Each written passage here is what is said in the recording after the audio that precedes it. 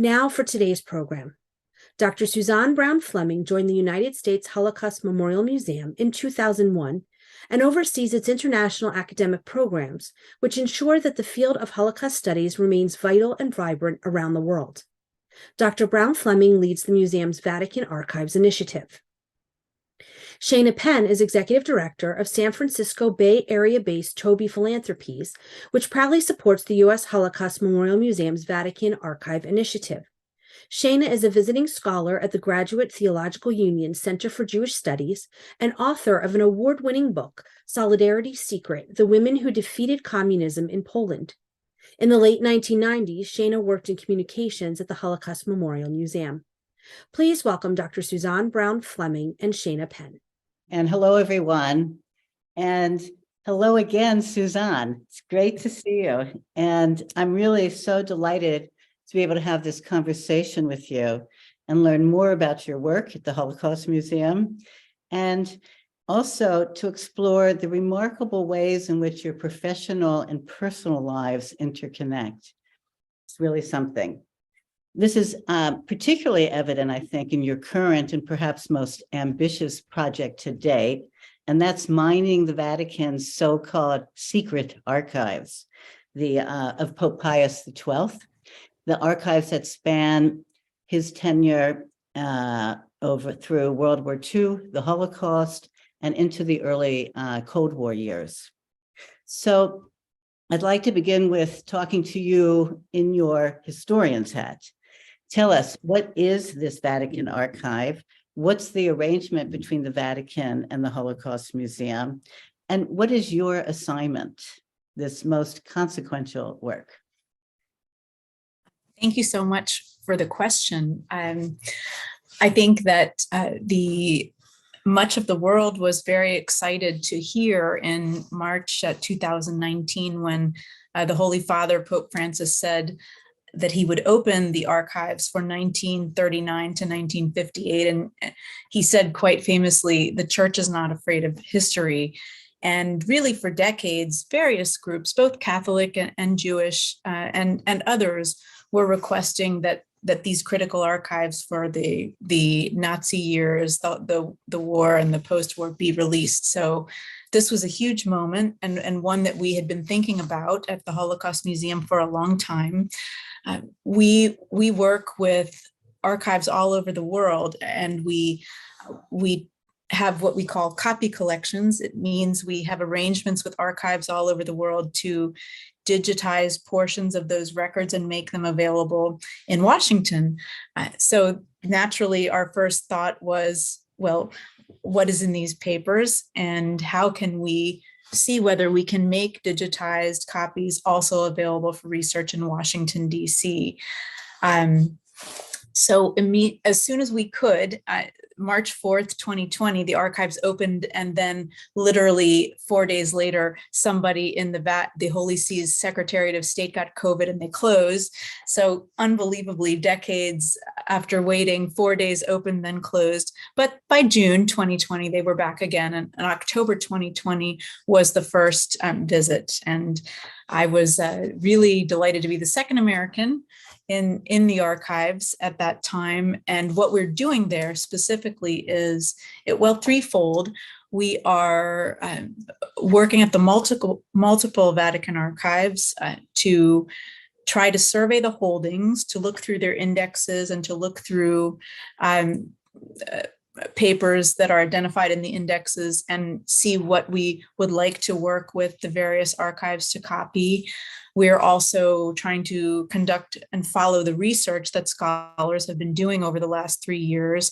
And we're also holding a major conference in October to get that research out to the public, because of course, the world wants to know what is in these archives.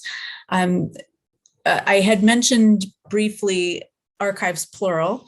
There are multiple Vatican archives, and we have now worked a little bit in each of them to make an agreement to make copies. It means that we have to work with the prefect of each archive, who's usually a bishop or an archbishop, And each archive has its own set of procedures, opening times, rules of access, procedures with digitizing. So far, we have had great success with the Vatican Apostolic Archive, former Vatican Secret Archive, and we have several 100,000 pages already coming and several 100,000 more ready to be ordered. So we're delighted. So you're tasked with research, conservation, and digitization over a long period of time. You're 3 years in, and I believe there's a projection of 10 years to go. And you're working with how many, 16 million pages? Yes, that's right. It's 16 million pages across multiple archives, several large ones and dozens of smaller ones in every language where there is a Catholic population. So practically every language of the world is represented in these archives. So it's very slow work. Our survey team's not huge. There are 5 or 6 of us, and we just have to pace ourselves and rely on the really excellent indexing work that's been done while the archives were not yet available. So there was indexing work being done, not as much as, say, that has been done in the other archives of the Vatican that are accessible to the public. Would that be right? Well, all of the archives that we have worked in that are either part of one of the dicasteries or offices of the Holy See or the Vatican Apostolic Archive, they all have indexes. Like any archive, the index is only just the tip of the iceberg, and the scholar always has to go in and say, that's an interesting description. Let me order that box and see what can I find. And of course, there are always the boxes that say miscellaneous, or you're not quite sure what's going to be there.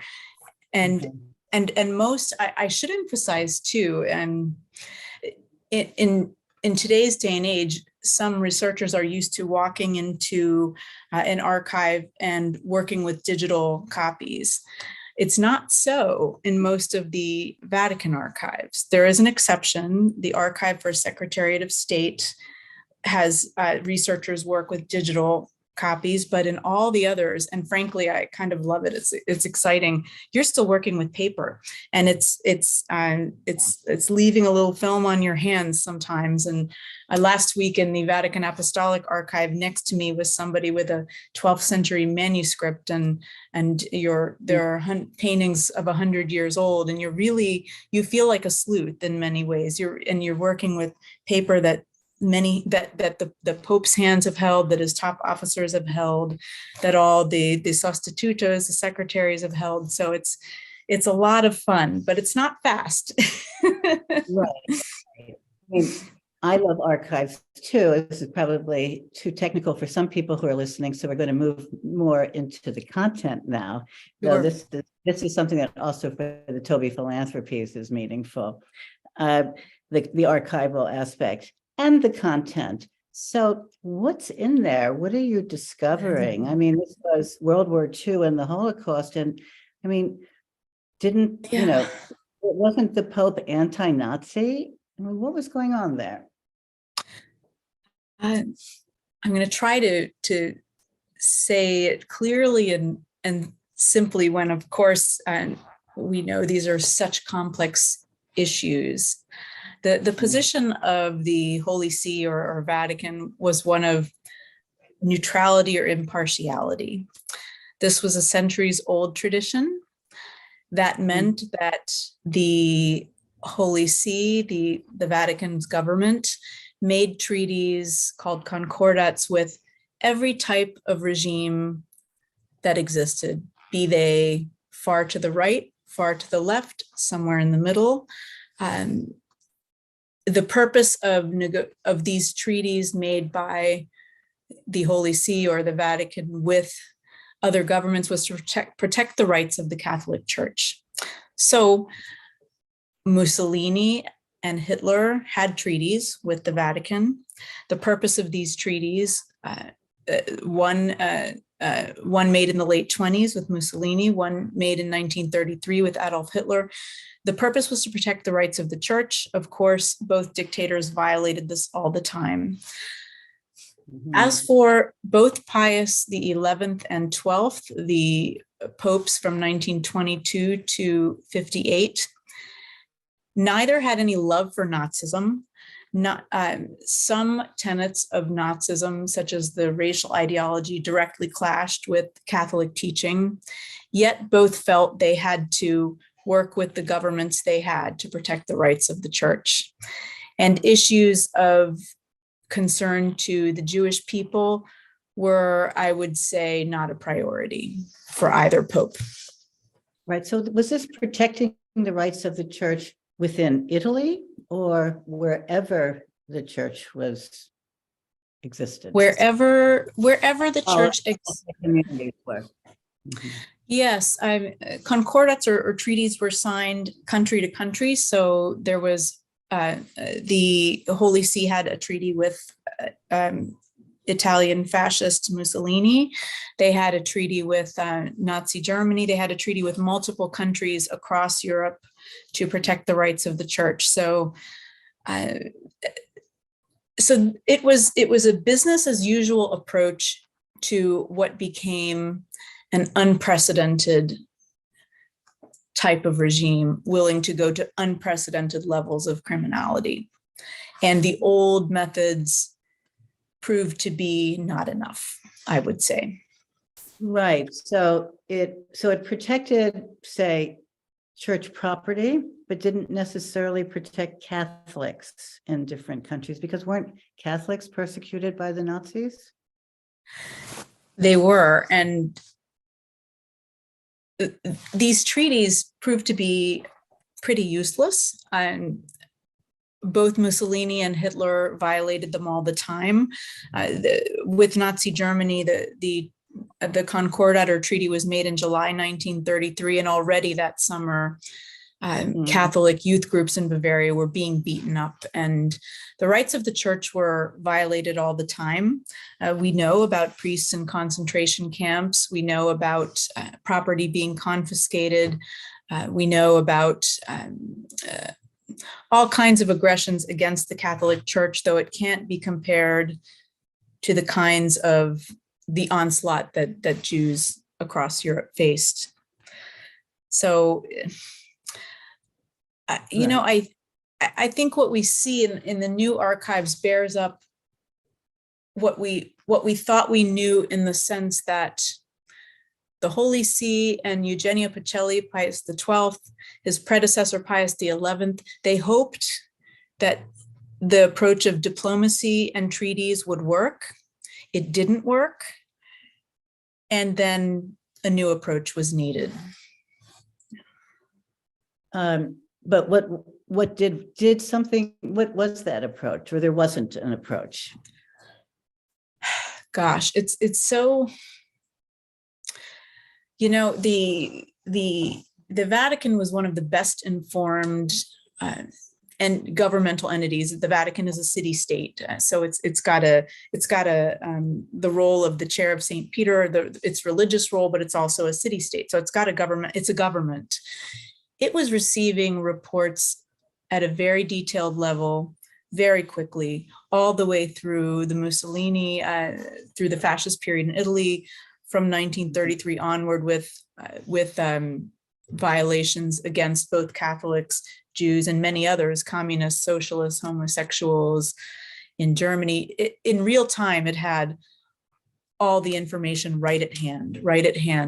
And the calculation upon reading these reports, which of course continued to get more and more drastic, was always a cautious one, I would say, until the very end of Pius XI's life. But for Pius XII, he always remained cautious, and a view towards how can we best protect our the institution of the Catholic Church and the worldwide Catholic Church, even if individual Catholics and others, for example, the Jewish people, have to suffer. A good example is that when Nazi Germany invaded Poland in 1939, the Polish bishops were really begging Pius XII to make a very specific message against Nazis and talk about crimes against Catholic Polish people, and he didn't do so. And in 1940, with the further invasion of Europe, other Catholic countries asked the same, and he did not do so because of this principle of impartiality and neutrality. Now, did that work? Did it end up protecting the institutional church? Both in the sense of property and tangible things, and the spiritual reputation of the church afterward? That's a question, but that was the tactic that was used. It's really fascinating, and it's a very helpful context to introduce the next questions about the Holocaust and what the Pope obviously knew what Hitler was doing, and maintained impartiality. Some say he turned, his head. Some say it served his purposes. What are you finding, and what can you tell us?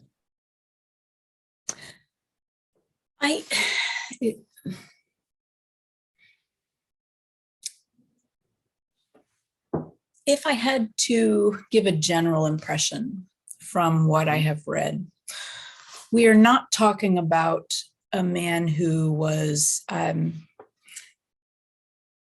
delighting in the pain and suffering of the Jewish people, or Catholics, or any group of people who were suffering at Nazi and Axis hands. Yet at the same time,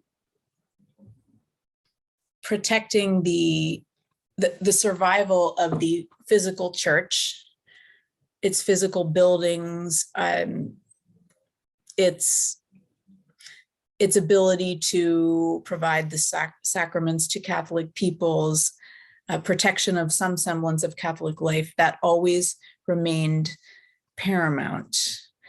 And thinking about the Jewish people specifically, I think we have to, it can be hard for me to remember as a Catholic raised after the Second Vatican Council in 1965, that tropes against, with negative stereotypes of Jewish people dating all the way back to the crucifixion of Jesus of Nazareth were church teaching. They were commonplace. They weren't understood as anti-Jewish or anti-Semitic. They were part of church law. For example, I was looking at a case where I'll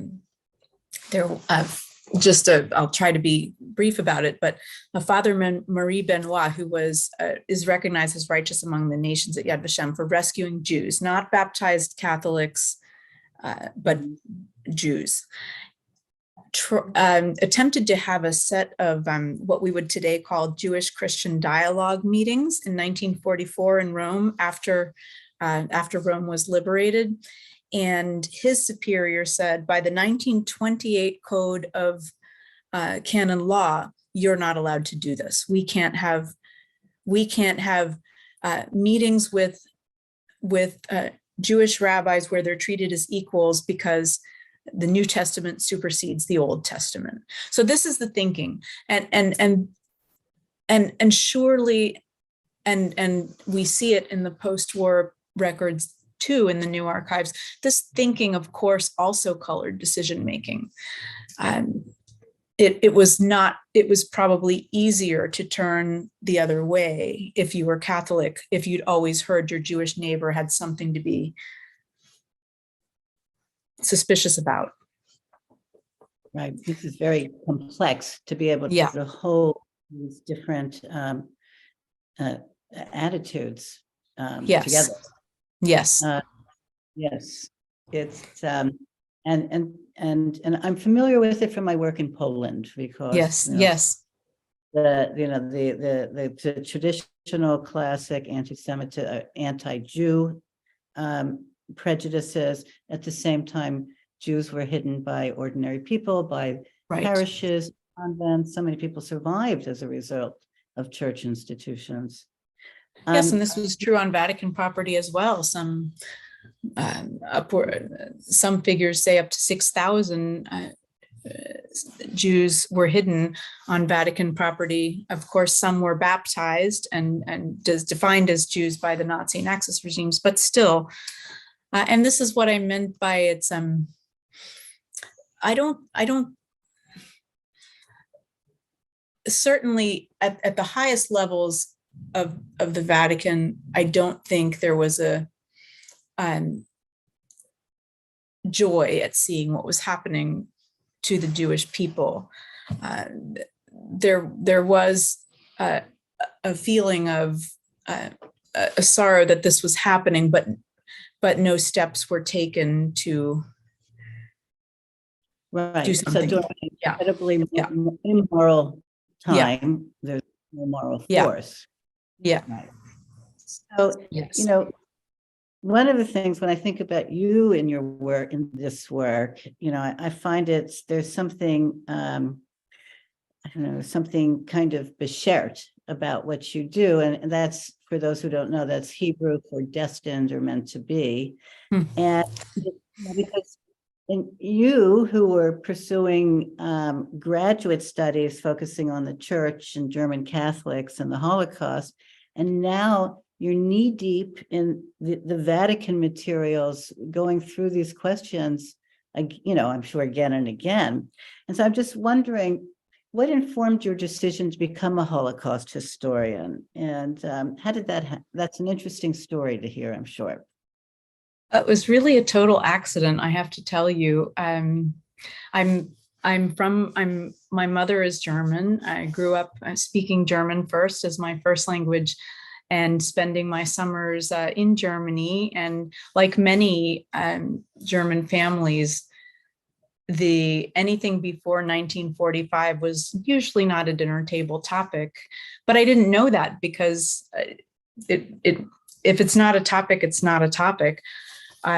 So I really grew up very much in love with and part of German culture and things German. And really, as a product, I'm also a practicing Catholic, and as a product of Catholic schools, these were not the days where you read Anne Frank in Catholic school. That's changed a little, but at the time, really the focus was on the Catholic world. So Jewish people, the Holocaust, the Nazi era were really not on my radar at all. I really mean not at all the way through college and even through my master's degree, where I was studying the 1960s and the German-American relations in the Cold War. And everything changed when I was 25 years old. I had finished all of my coursework at University of Maryland. I'd taken one course on Nazi Germany, which is not the same as the Holocaust. And we were doing some language refresher work in the town of Leipzig in the former eastern part of Germany. And my roommate, who is Jewish and the first Jewish person that I really knew in any kind of depth, said to a couple of us one day when we were in Weimar, "Oh, let's go to Buchenwald." That's a concentration camp near Weimar. And I said, "What's that?" And it was really, I really had no idea. And we went, there were 4 of us, and it was something between a huge shock, but also a huge awakening, because it was 1995. So the wall had fallen not so long ago, and not so much had changed in the camp. The signage was not updated, and you still felt I felt at least something in the air that I'd never felt in Germany in my life. It didn't feel like I was in Germany. I couldn't understand where I was or what I was looking at. And I also couldn't understand, after 12 years of Catholic education because I knew that Europe is a Christian continent, Germany is a Christian country. And how could all those lessons I learned as a kid in Catholic school of love thy neighbor, it didn't make sense emotionally, intellectually. It just didn't make sense. And through a couple of conversations with Sarah, who knew a lot about what she was looking at, and I knew nothing about what I was looking at, I realized I had a lot to learn, suffice it to say. And that sort of started when I went back to Maryland. I went to my advisor and I said, okay, I'd like to do a dissertation on Catholics and the Holocaust after the war, not during, after. I still wasn't ready to really go into the heart of the darkness, but I wanted to start to get a sense. And that was the beginning. Yes, and the beginning of trusting archives. Yes, thank God for archives. They always tell the truth. Yeah. So it is from the writer's perspective. Right. And being Catholic, do you grapple with your faith? Have you grappled with your faith given what you're learning? It doesn't seem, I mean, you're solid. You seem very solid to me, on a mission. But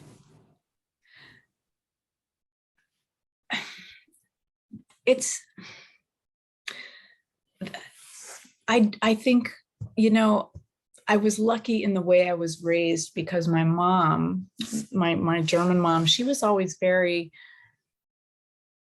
if there were things that we learned in school and came home and said, today we learned this, she would say, oh, that's not true, or we don't need to believe that. Or so she always made us comfortable. There's a name for this actually in high school called cafeteria Catholic.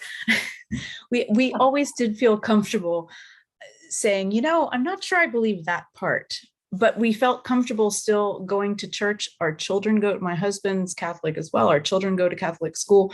We felt comfortable worshiping and following the traditions, but saying for things that we weren't sure about. I'm not sure about that. So I think that was, I don't know if there's a perfect religion. I believe that it's important to have a set of values to live by.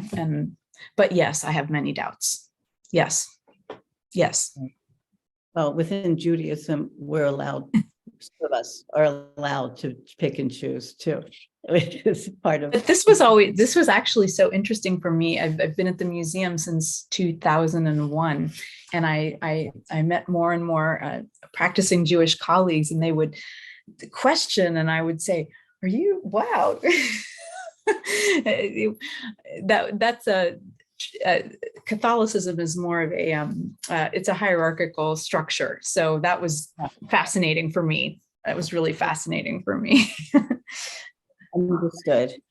Yeah. and I'd like to talk a little more now about your being of German descent. I'm sensitive to time too, so maybe we could talk a bit about some of the personal research you've done recently that revealed more your German family background. Yeah, I mentioned I did a dissertation on the papal diplomat to Germany post-war. Nothing about my family story. After that visit in 1995, I did start to ask some questions at home. And my mother said she had heard that her father, who she didn't grow up with, was a Nazi. And I think I just put that away. I just put that away for 6 years. And in 2001, kind of being deep in by then, I was almost done with my dissertation. I'd gone to several courses on the Holocaust and Jewish life, and I went on the Holocaust Educational Foundation of Chicago does goes to the 6 death camps. I had done that. And so I was really deep in, and I thought, I remembered what my mother had said, and I had a bad conscience about it. And I thought, well, the irony of this, Shana, was I went to the University of Maryland, College Park, and each day to drive from Arlington to College Park, you pass the National Archives where the Nazi party files, a copy is kept. So for 9 years, it took a while to get the PhD, I would drive by. But in 2001, and after I'd gotten my job at the museum, and I'd gotten back from this tour, and I said, I'll just go check, because then I won't find anything and I can put it away.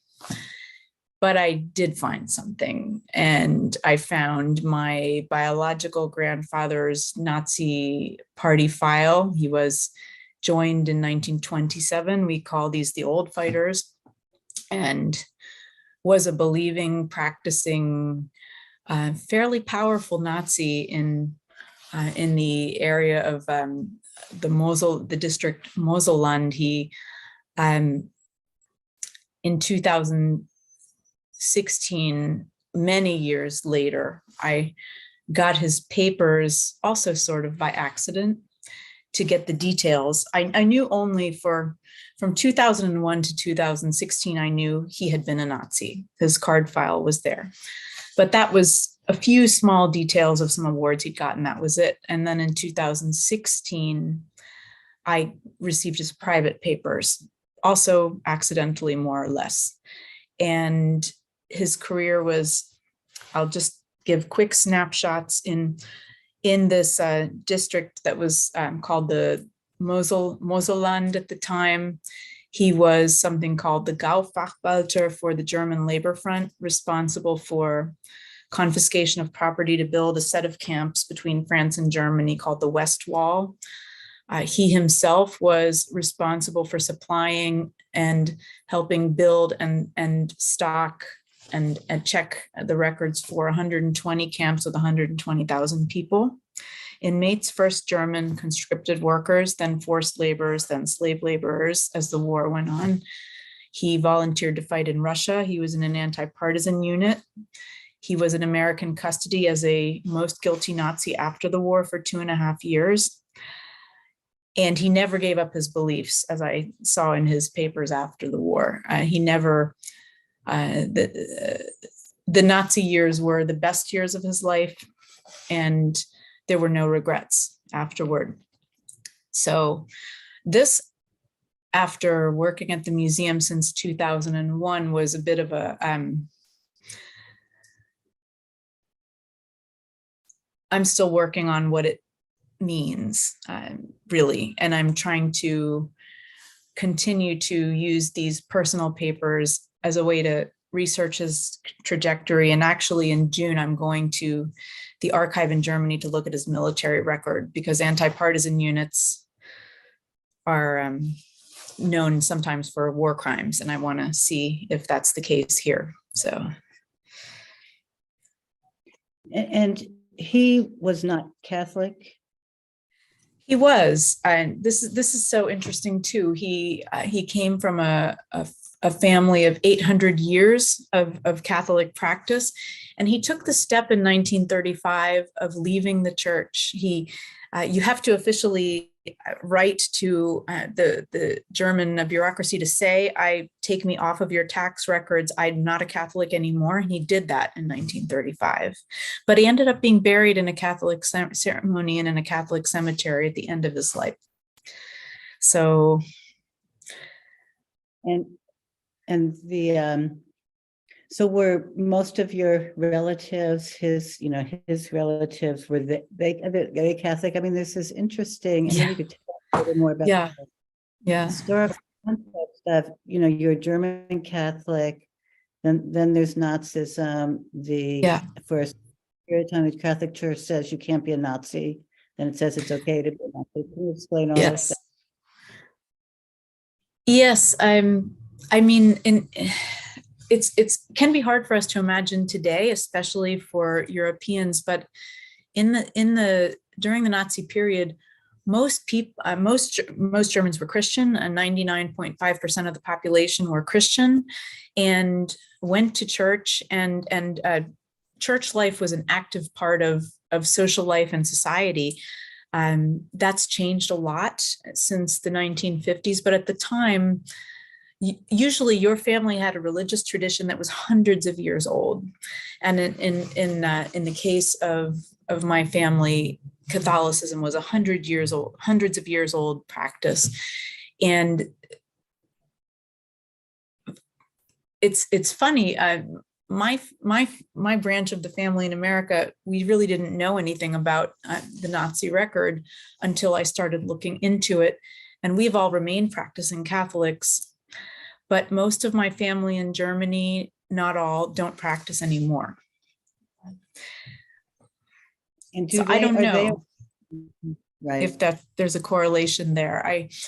There's a letter in the archives to tie this in with the Vatican Archives. It's really fascinating. In 1933, Edith Stein, who was of Jewish descent and converted to Catholicism and became a saint in the Roman Catholic tradition, she wrote a letter to Pius XI in April 1933 with the first anti-Jewish laws. And she said, "If the Catholic Church doesn't speak out clearly and vociferously now against the anti-Jewish laws that have just passed in Nazi Germany in April 1933, someday the reputation of the church will suffer. First of all, the Catholics will suffer too. The Nazi regime won't stop with the Jewish people. And someday we are going to have to reckon with not having been more public and vocal." And a similar letter came to Pope Pius XII in 1945, I found in the new archives from another Catholic woman, and it's marked in the archives in a red folder against the Pope. It's really interesting. So I too wonder whether the positions taken at the time by the Catholic Church don't reverberate today and weren't part of a consciousness of, okay, if I'm taught this set of moral lessons of how to behave and how to treat my neighbor, does it mean anything? What does it really mean? If it doesn't really mean we really do that, even in difficult times, then what's the point? I wonder. It's this is part of the doubts you asked me about. I think. Right. I mean, there was, I think it was in your own research and with you looking through the archives that you learned about the ways in which the church approved clemency for Nazi perpetrators who returned to Catholicism. Is that it? Yes, this is really a puzzle, because we talked about impartiality and neutrality as a policy as the Holy See's policy in terms of engaging in world issues that don't concern the Catholic tradition. Though even with that, there's a clause that says in matters of moral matters, we may of course use our voice. After the war, in June 1945, very early, Pope Pius XII made a speech where he said there were some bad Nazis, of course, who committed terrible crimes, but most German people were good, and most Catholics were good, and collective guilt can't be the German people as a whole can't be accused of guilt. And immediately in 1945, the victorious Allied troops began what's called the Nuremberg trials and successor trials against the major Nazi war criminals. Several were convicted to death, many long prison sentences. And Pius XII led a campaign by which he requested clemency, meaning mitigation of death sentences and commutation of prison sentences, in the name of Catholic love and mercy for even some Holocaust war criminals and some of the big figures of the Nazi Third Reich. And these kinds of interventions went on from immediately when the Nuremberg trials begun in 1945-46, all the way through his papacy. And I'm looking at those papers especially now because I'm trying to square the very public request for clemency against impartiality and neutrality, and the reasons for it. And I would say there were multiple reasons, attempts to bring back those Catholics who, like my biological grandfather, had left Catholicism for Nazism, and who now there was interest within the Catholic Church of bringing them back to the fold. In fact, several major war criminals converted in prison back to Catholicism. Oswald Pohl is a famous case of this. There was gratitude on behalf for those Germans in power who tried to mitigate, let's say, for example, the bombing of the Vatican during the occupation of Rome. Specific memoranda saying von Weizsäcker, for instance, the German ambassador to the Holy See, helped us to protect this property. Let's help him now. And of course, not surprisingly, there were anti-Jewish tropes underneath it all too. There was a real, in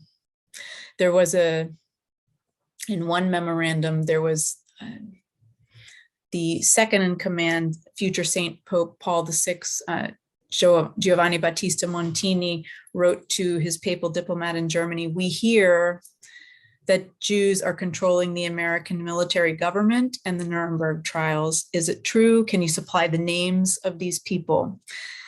And it seems ludicrous to us today, as 6 million Jews had been murdered, and certainly were not in charge of the American military government or in the Nuremberg trials, but in these memoranda, centuries old anti-Jewish beliefs in Jewish power and all kinds of other stereotypes we're familiar with were very fixed, and it was a real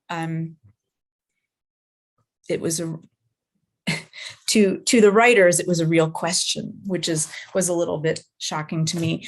And it really, I think one of the most interesting questions of research will be, how did we get from this to a rejection of anti-Semitism in 1965? After all, it's only 20 years later. How is it that the most powerful leaders in the church can believe in these anti-Jewish stereotypes and believe in Jewish revenge and the Mosaic law of an eye for an eye? That's phrases you see in the papers, and 20 years later reject this. I think that's a story to be told in the archives. That is an incredible statement, and you've taken it further than the years in which you're studying right now, which is very helpful, and I'm grateful to hear that. And I want to stop on that note for a second, because it's time to open up to our viewers for some questions. And there's Suzanne. Sorry, I talked so much. I get carried away. No. And I have to tell you, I felt like I was in the archives with you. It was really, and we're not done yet, by the way. There'll be some concluding statements, but go ahead, Suzanne. And thank you very much for sharing with us your very personal story. I do want to tell you that many people have written in saying that they really appreciate it and admire your courage for talking about it. Let's get to some questions specifically about the archives. Specifically, what does it look like? You mentioned boxes, documents, books, letters that you get to touch. Kind of, what does that feel like and look like? Also, someone wants to know, how long will it take to digitize? And with 16 million records, how do researchers decide what they need to bring forward to the public? Gosh, these are such good questions. Okay, how to set the scene in Rome, and just a quick note on courage. I always. It doesn't take much courage to acknowledge the wrongdoings of the Nazi and Axis regimes. I meet families in my work at the museum where the real courage is generations of families who, it's incredible how they've put their lives back together. And so I always feel a little uncomfortable with that word, but anyway, but to set the scene in Rome. So again, there are multiple archives from small ones to, let's talk about kind of the most, at least to me, and remember, as a practicing Catholic who barely gets to meet a bishop in an ordinary Catholic life, this is all, it's Rome, it's the Vatican, it's incredible. So for example, the Vatican Apostolic Archive, the so-called Pope's Archive, you go through a gateway called St. Anna's Gate, and there's a Swiss guard you have to show your research card to. I should have brought it to hold up. You have to apply to, I should back up to say, you apply to the prefect to research, you explain what your topic is, you explain your credentials, and then you're given access. Now, I've not heard of anybody denied access. So even though there are those steps, I've not heard of any scholar, be they critical or very non-critical, no one's denied access. So you go through a Swiss guard, you show your card, and then you go through another gate with another guard, Swiss guard, you show your card again, and then you go through even a third gendarmerie before you even get to the gates. And there are these huge iron gates that have been there for centuries. And you go up marble steps to the first reading room, which is incredible. It's in a digital world, you walk into this reading room and both sides are just lined with indices or indexes of the records, some from records 1,000 years old, and everyone sits and goes through these indices to identify the boxes that you would like to take. You order your boxes with the archivist. They're usually kind of gray boxes that could fit maybe like 1,000 sheets or so.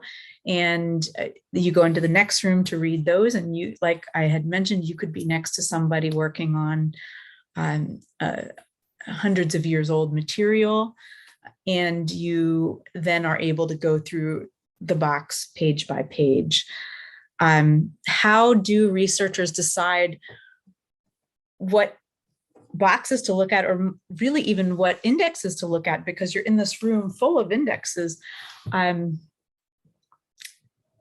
This is why we're going to have a conference, because historians tend to come to the archives with sort of smaller, more discrete topics, like the Holocaust in France or the role of the nuncio in Turkey, and so they only look at just a small portion of the papers, and we have to put all these pieces together. So I would say there are probably at least 100 French, German, American, Israeli, Romanian, just Bulgarian researchers that I've met, and I'm sure many that I haven't, who are working on their one discrete topic. So we're going to bring them all together in a conference, we hope. They're not digitized. There's only one archive that is digitizing their documentation. That's the Archive of the Secretariat of State. There are actually some digitized documents, open access, available. I can send the link to the moderators, a series called Hebrae that the Holy Father has placed open access, about 8,000 files, but mostly you're still working with paper, so it's very slow. It's and some version of that is true, minus the Swiss guards for the smaller archives, across the various Vatican archives. So it's very painstaking, slow work. Thank you. Someone wants to know, what was the reason it took so long for these archives to be unveiled? Also, why such a rigorous process to get in to see them? And can anybody who goes to Rome see them, or you have to have specific scholarly credentials?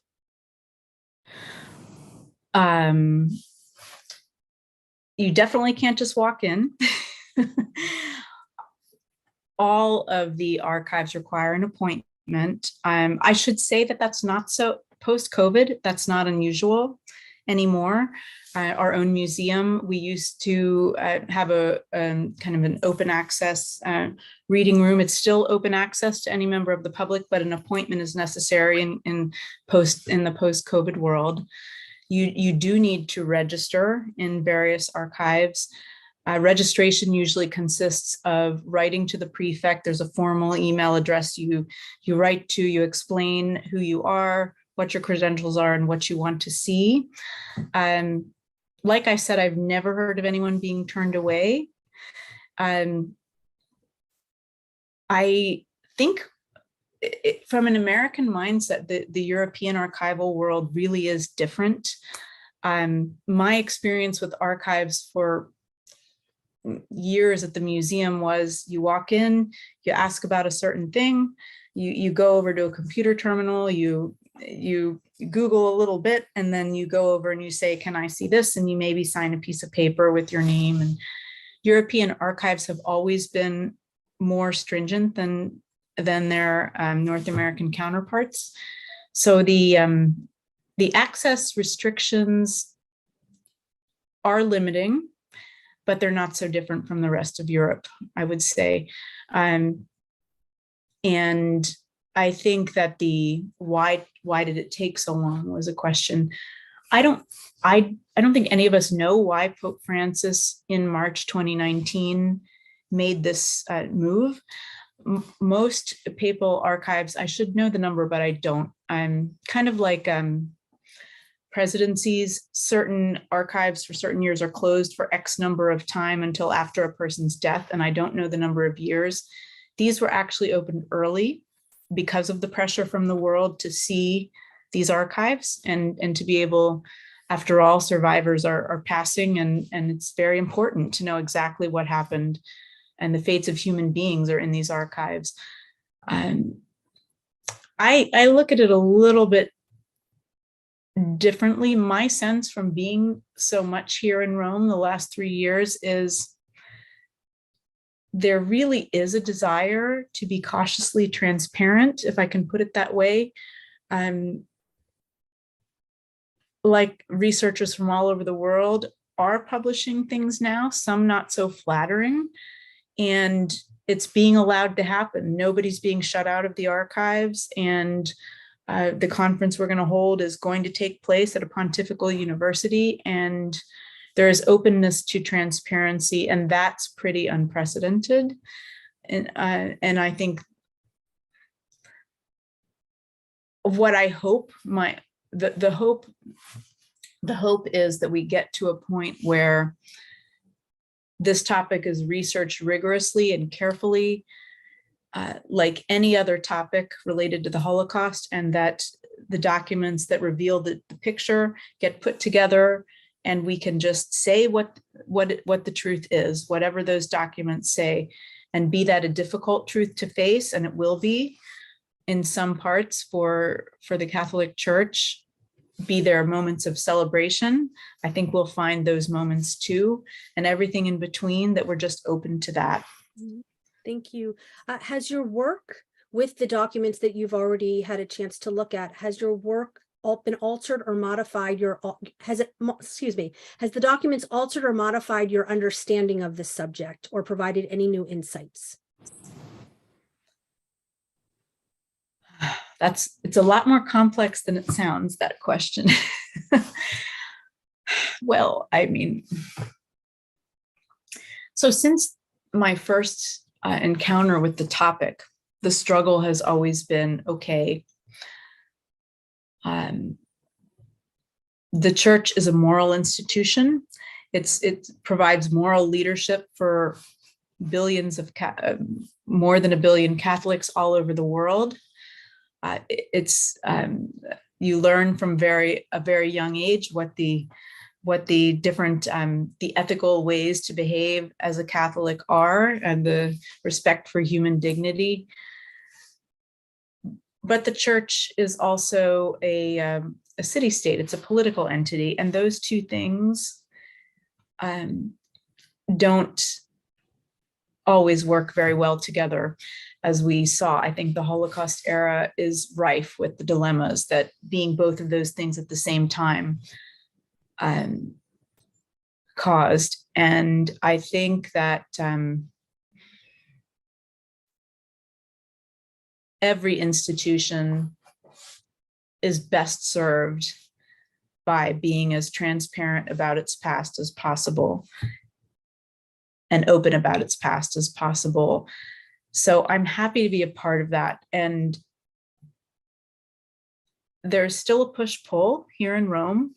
I would be lying if I said otherwise. But I meet many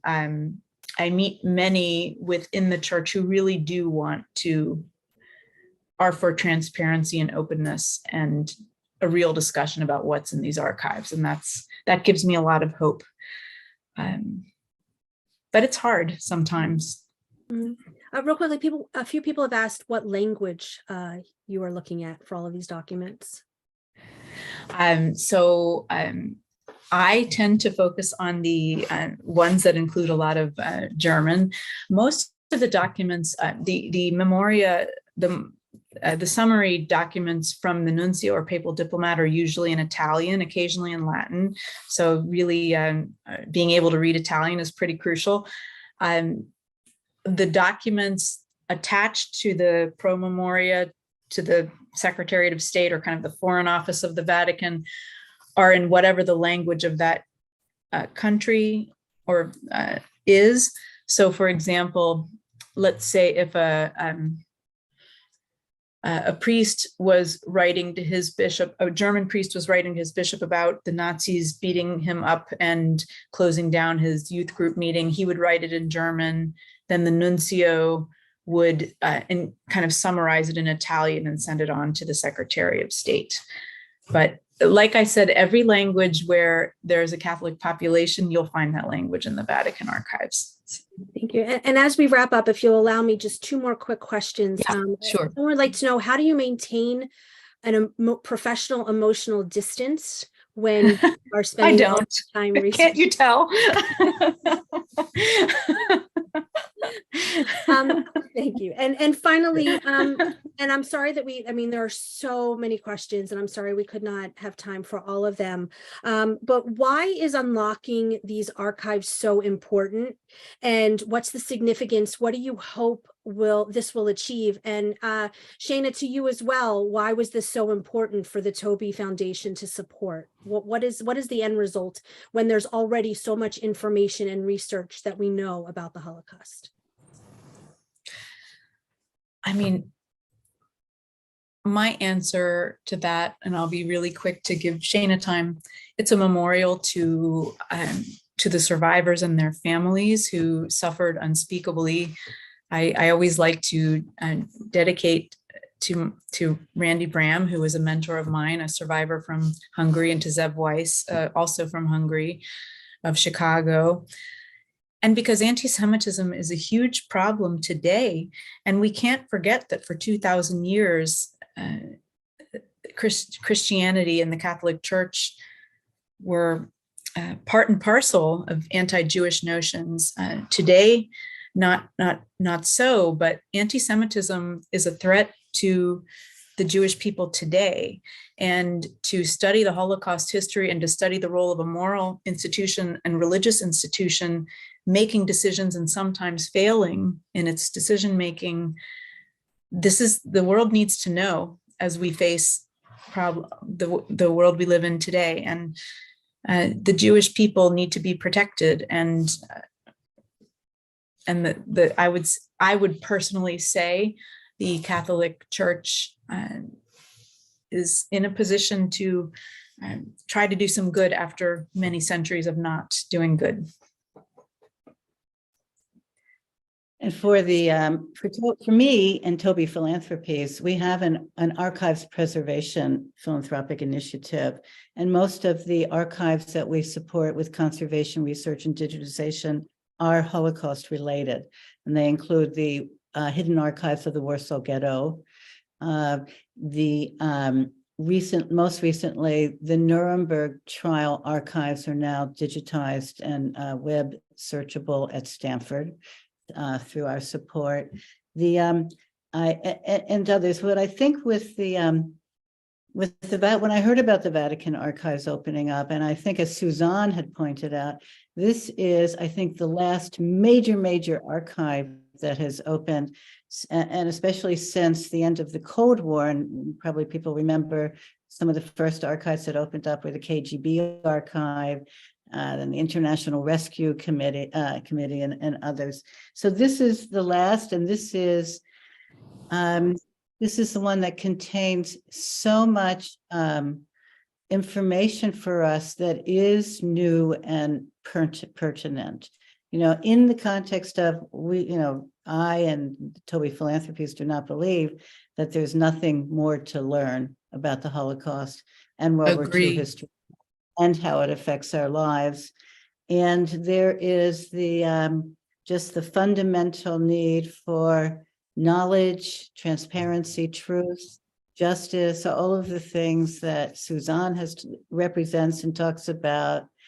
And I have to say, it's just, I think it's so perfect and beshert again that you are positioned within the Holocaust Museum, which is an incredible institution and a real anchor for all that you embody and the mission you're on, and that you're an incredible asset for them, and they're an incredible asset for you. And I'm really so pleased to be involved in this. We're delighted by the support. So thank you. Thank you. Well, I want to thank Suzanne for sharing your work and your stories with us. Thank you, Shana, for being part of this as well. I want to thank our audience. Again, I'm sorry that we could not get to more questions. I will be sending out an email, a follow-up email that will have a link to this recording. And if there's some links, Suzanne or Shana, you want to send me that people who want to find out more information, I will share that with everyone as well. Please do not forget to go to Moment's website to sign up for our next Zoominar in 2 weeks with Israeli author Dorit Rabian. And we will see you next time.